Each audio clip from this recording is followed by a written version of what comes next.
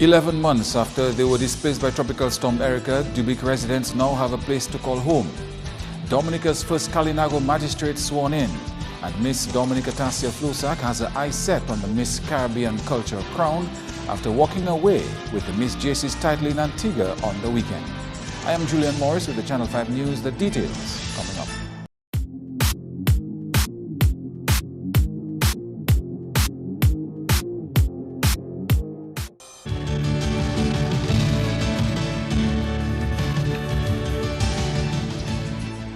First stop, 50 people from Dubic displaced by Tropical Storm Erica last year are now living in new homes at Center in Grand Bay. Since their evacuation last year, they have been living at the community center in Grand Bay, but now they say they are home and in a much safer place. We'll hear from the residents in a bit, but first let's bring in the Venezuelan ambassador to Dominica, who says this project reflects the commitment of Prime Minister Skerrit and President Nicolas Maduro. The ambassador was part of a delegation which toured the new settlement on Friday. Also on Friday's tour, Acting Prime Minister Reuben Blackmore, Housing Minister Reginald Austri, and the parliamentary representative for Petit-Savannah constituency, Dr. Kenneth Daru. I believe that the important is that the population feel happy with the houses. In Venezuela and Dominica, you know that we have problem in Venezuela, but we not stop the agreement that we have with Dominica. We are going to continue the project that we are developing in Dominica. The Minister for Housing has also expressed gratitude to Venezuela for being the first country to come to Dominica's rescue following Tropical Storm Erica. They did so under tremendous challenges being faced in their own country, where they provided us with 300 petrocasas. Now, you may want to think that petrocasas, people call them plastic houses, people call them PVC houses, but as you've seen, these are houses built of solid concrete. And the only thing they have is a panel, a PVC panel, filled. So it's a concrete home, a complete and total concrete building, a concrete house. Now we'll deal with the value in another forum. I don't think here's the time to deal with the value and how much it costs and how much it may cost. But you may find it to be a pretty significant sum. And if you add the cost of the house to the cost of the land, then you can begin to exercise your mind as to the kind of investment that we have made in people. Because these houses will be given totally free. The land will be given totally free to the residents of Dubic. Austri says any way you look at it, 50 homes in 7 months is a major accomplishment which should not go unnoticed. The housing minister says he expects the homeowners to continue to take best care of their homes and surroundings. Well, it's been 11 months since Tropical Storm Erica devastated certain communities in Dominica, killing 20 and leaving many homeless. The parliamentary representative for Petit-Savannah says it's been a challenging period for these people, but government has kept its promise to resettle them. And I want to thank the Dubic residents, of course, for their patience, for their understanding. They've been very cooperative. We know what the challenges were. And on this note, I would like to also reach out, like I always do, to my other constituents, the Petit-Savannah residents, that they continue to exercise patience and a certain level of faith in the government, confidence rather in the government, that we will see through all our commitments that we made in Costa Rica. Dr. Daru also acknowledged the important role played by the MP for Grand Bay, Justina Charles, from day one, making the Dubic residents feel at home. For the new homeowners, it's a dream come true. And I am very grateful to the government of Dominica and the people of Venezuela for giving us these wonderful homes. We really appreciate it, and now we are sleeping comfortable. As you guys know what Erica did to us. And now I believe we are in a better place, safer place, and we are happy. We are making sure we take care of the place, and we are enjoying it. Meantime, the Honorable Reuben Blackmore has reminded new homeowners in Center that the project was born out of a fundamental principle of the Labour government to care for the less fortunate. Mr. Blackmore spoke during Friday's tour as Acting Prime Minister. This development could not have been possible without having a government that cares. It is because of the fundamental principle and philosophy of the Labour Party. That is why you, the people of Dubic, are enjoying a new development. We have had similar natural disasters before. Yes, sir. And it's because of the mantra of the Labour Party that is grounded in people's development, more so the downtrodden. That is why we see it fit to give back to you, the people of Dubic, what you have been long deserving. Mr. Blackmore, like the other ministers present, thanked the Venezuelan government for delivering in trying times. He said resettling any community is a very serious matter because of what it involves. We have said, and you have heard from the Prime Minister, that our intention is to build back better. We had to ensure that we properly investigated all the implications before we came to start erecting houses. We had to be certain that the place was safe and sound, and that we have been able to do in 7 months. So the many detractors who have been saying nothing is being done to take care of you, we are again dispelling what they have been saying. We are proving them wrong time and time again, and it's because of the leadership of this Labour Party by our Prime Minister Roosevelt Skerrit. We have been able to deliver for you again and again and again. The minister said this intention is to develop Center into a model community. In other news, government's intention to operate a $14 million coffee processing plant at 1 Mile in Portsmouth is still on the cards, even though Tropical Storm Erica slowed down developments a bit. But Prime Minister Skerrit says from Dominica's point of view, everything is in place. The government of Venezuela owns majority shares in that company, which is registered locally. An MOU was signed in 2010 between governments of both countries for the start of work on the coffee processing plant. Construction began in 2013 and ended in 2014. The Prime Minister has addressed concerns that the project appears to be at a standstill.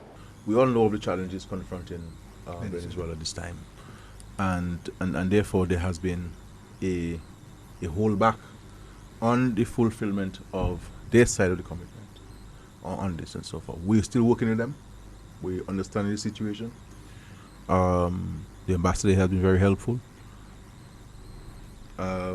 We are working on having a meeting with the Minister of Agriculture of Venezuela, because even the government's program, the government's agricultural goals and objectives includes in it the coffee plant in Dominica. So when the Minister of Agriculture spoke to the National Assembly and spoke to the people of Venezuela, he mentioned the coffee plant in Dominica as part of their strategy in agriculture and so forth. Okay, but we have not been able to address their side of the issues there. So that is essentially the whole up and so. But they were able to trade the people for us. Venezuela trained all of the potential employees at the factory. They went to Venezuela for several weeks, were trained there. You understand, the equipment is set up. We have connected electricity there, so everything's in place. But there are some issues that can only be addressed on the other side. Back in 2015, only 50 acres of coffee were available locally. Guadeloupe and Martinique have already been identified by government as export markets.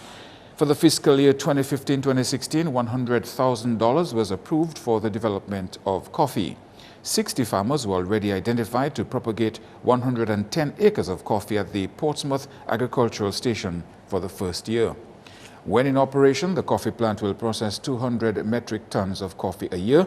To accomplish this target annually, 1,600 acres of coffee would have to be cultivated locally.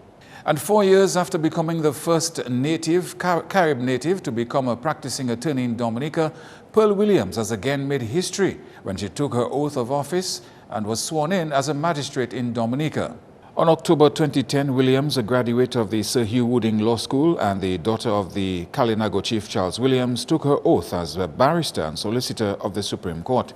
Williams attended the St. Martin's Primary School and then moved on to the Convent High School, after which she attended the Clifton Dupini Community College. She is a recipient of the Sir Arthur Lewis Indigenous Scholarship Program from the University of the West Indies. She obtained a bachelor's in law from UWI and then her legal education certificate at the Sir Hugh Wooding Law School in Trinidad and Tobago. Before coming to the bench, she was attached at the Attorney General's chambers in Dominica as a state attorney. According to Chief Magistrate Candia Carrett George, this brings the complement of magistrates in Dominica to 8. You're watching Channel 5 News. Coming up, an over $600 million budget to be presented in Parliament on Tuesday.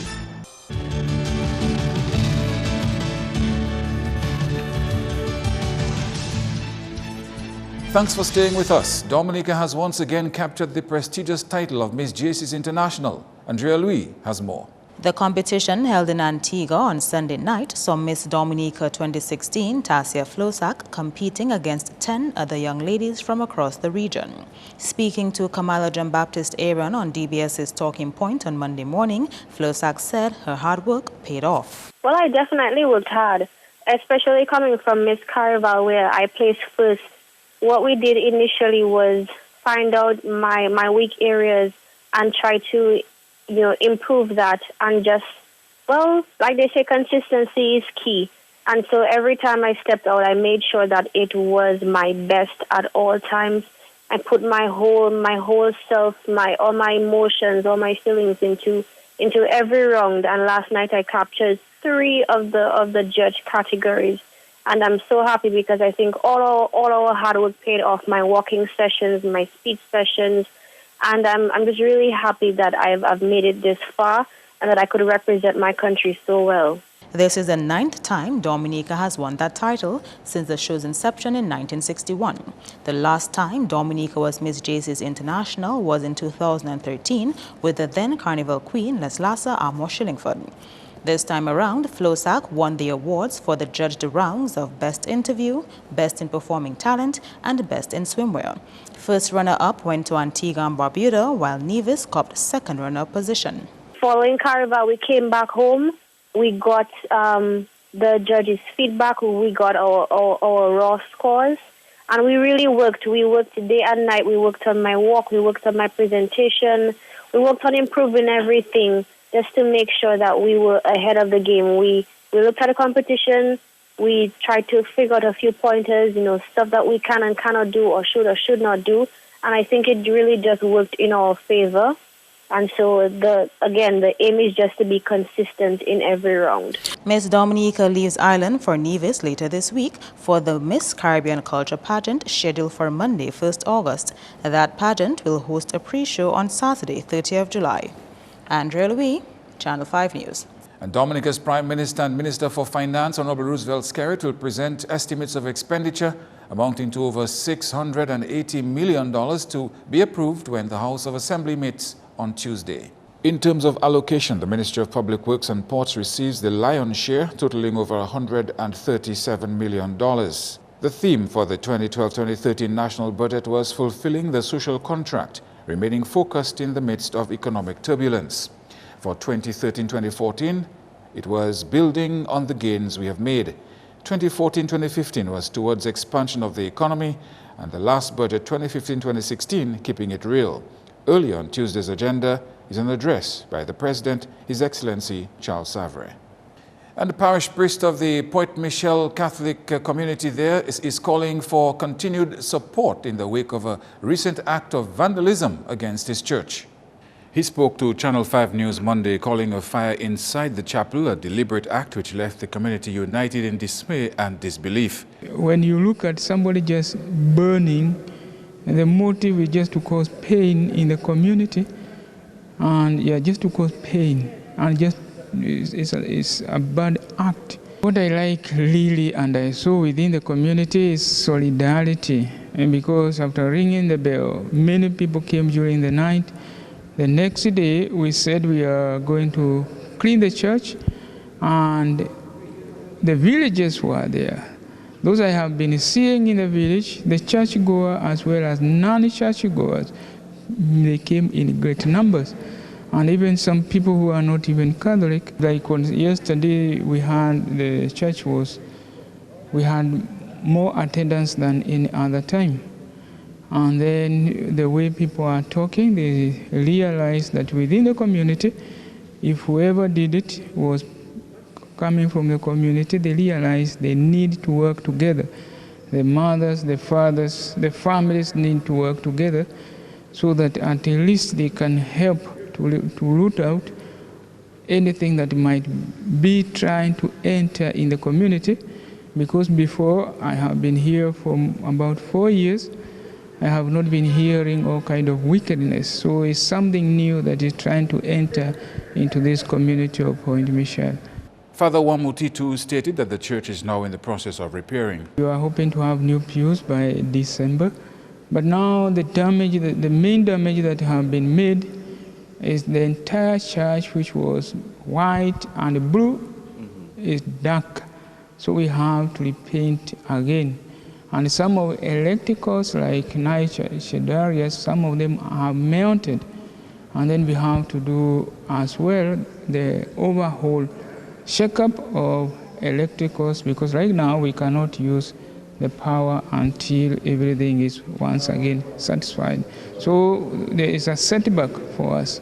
The parish priest feels that this grave act is a mere imitation of what is seen on or through the international media. It's something new, and I believe because of what people see, because of what people hear, there's going to be some kind of imitation, and some people are trying to do and see what, if they do 1, 2, 3, what will happen. Yeah, because I believe it's not a huge problem. It's a problem that can be handled right now. But if community keep quiet and people keep quiet, then it can become a big crisis. But I know it's something that can be contained now. That's news. Your sports highlights next with Kenny Williams.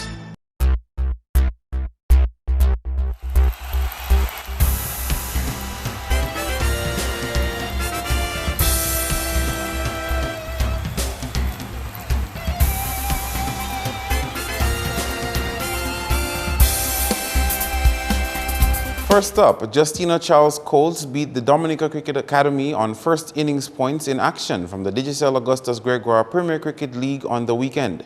DCA took first to knock and scored 58 in 19.5 overs.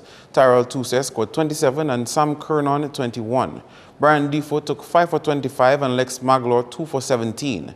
Coles replied with 96. Lex Maglor scored 20 and Brian Defoe 18. Lee Louisi picked up 4 for 34 and Micah Joseph 2 for 24. In the second innings, DCA scored 184 for 2, Melvin Defoe 68 and Taj Tavernier 79. Coles batting a second time ended on 58 for 6. Lex Maglor 14 and Shamoy Williams 13. Micah Joseph and Jasion Alexander took 2 wickets each. Meantime, the game between Desiderata Tremors and Dublin Sports Club only had 1 day of play possible, as the Dublin team couldn't put together a team on day 2. The scores on the first day: Tremors 85 for 1, Tremors won by default. In football news, Rosalie Bay Charlotte Villers walked away with the Signman Cup when they defeated Aeropost Dutch United 4-1 at Newtown on Saturday. Renowned goal scorer Randolph Peltier netted 3 times for Charlotte Villers, with Errol Blaise assisting with 1. Kimon John Baptiste was the lone goal scorer for Dutch United. The Most Valuable Player award went to Rohan Anthony, the goalkeeper for Charlotte Villers. Meantime, in Sunday's games, Digicel Newtown Juvenile Football Academy walked all over Daddy Chess Bath Road Ambassadors with a crushing 8-0 defeat. Giles Mitchell scored 2, while Eustace Marshall, Maverick Marshall, Pachenko Digino, Lenker Edwards, Michael Pinard, and Kevin Williams got 1 each. Match MVP went to Giles Mitchell of Digicel Newtown Juvenile Football Academy. In the other match, Club Loubier edged out Burt Motors Young Stars 5-4. Randolph Peltier found the back of the nets twice for Loubier, with Dylan Carlisle, Kyle Delsol, and Just Ekeng scoring 1 apiece. Young Stars' leading goal scorer was O'Neill Bedminster with 2. Kerry Allen and Tyrell Grell chipped in with 1 each. Back with more cricket, an innings and 92 runs separated West Indies from India as the visitors defeated the West Indies in the first Test series inside of 4 days on Sunday. Virat Kohli top scored for the Indians in the first innings with a double century, while R. Ashwin added 113. In reply, Craig Brathwaite scored 71 and Shane Dorwich 57 not out for West Indies. In second innings results, Carlos Brathwaite scored 51 and Marlon Samuels 50. R. Ashwin took the most wickets during the match with 7 for 83. Final scores: India 566 for 8 declared, West Indies 243 and 231 following on. Meantime, captain of the West Indies Test squad Jason Holder says poor bowling at the start cost them the match. When you're playing catch-up cricket, there's a sense where we didn't really bowl well in the first innings. We strung together some good bowling partnerships, but not for long periods of time.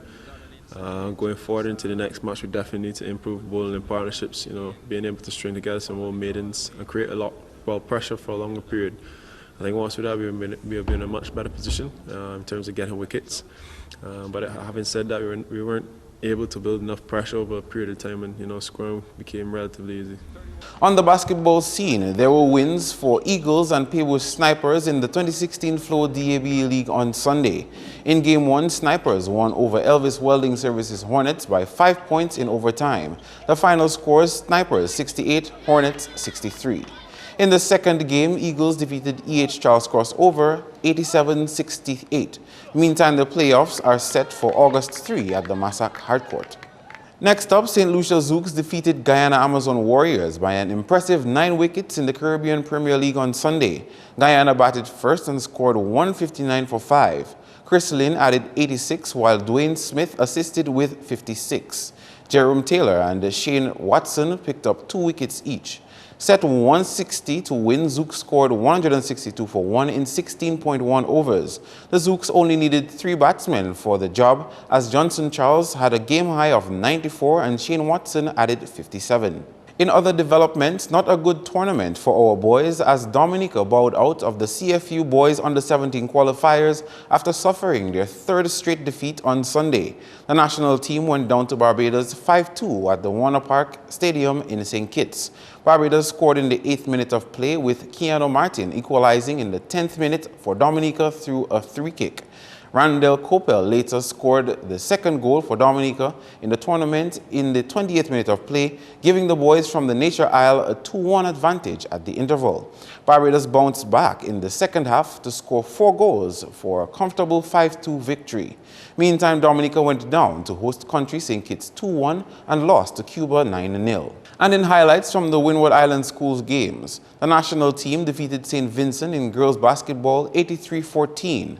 Dominica placed 3rd in track and field, with Derek St. Jean coming 2nd in the 200 meters, Kimo Benjamin and Keon Burton 2nd and 3rd respectively in the boys discus, and Ethan Boland 3rd on boys high jump. Meantime, after securing a first set win, Dominica went down to St. Lucia 1-3 in boys volleyball.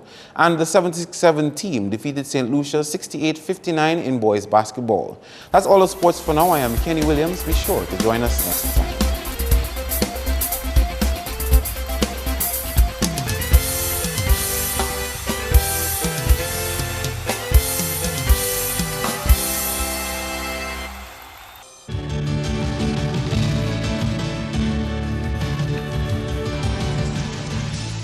It's time now for your weather forecast.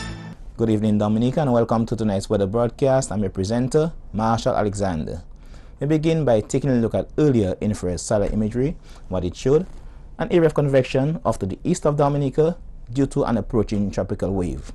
Now, taking a look at earlier visible satellite imagery, what it showed: some low-level clouds which moved across Dominica today, and this resulted in generally cloudy skies. And also off to the east and moving westwards, some patches of low-level clouds due to an approaching tropical wave. Now, taking a look at earlier radar imagery, what it indicated: scattered showers across most of the region during today. Tonight's weather is expected to be partly cloudy to cloudy with a few scattered showers, and tomorrow's weather is expected to be mostly cloudy and occasionally breezy with some scattered showers. Sea conditions are expected to be slight to moderate in open water, with waves peaking near 5 feet.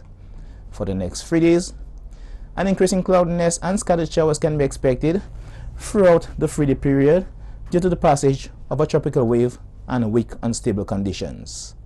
For the rest of the Caribbean tomorrow, increased cloudiness and scattered showers can be expected across most of the region due to unstable conditions due to the passage of this tropical wave which I mentioned earlier.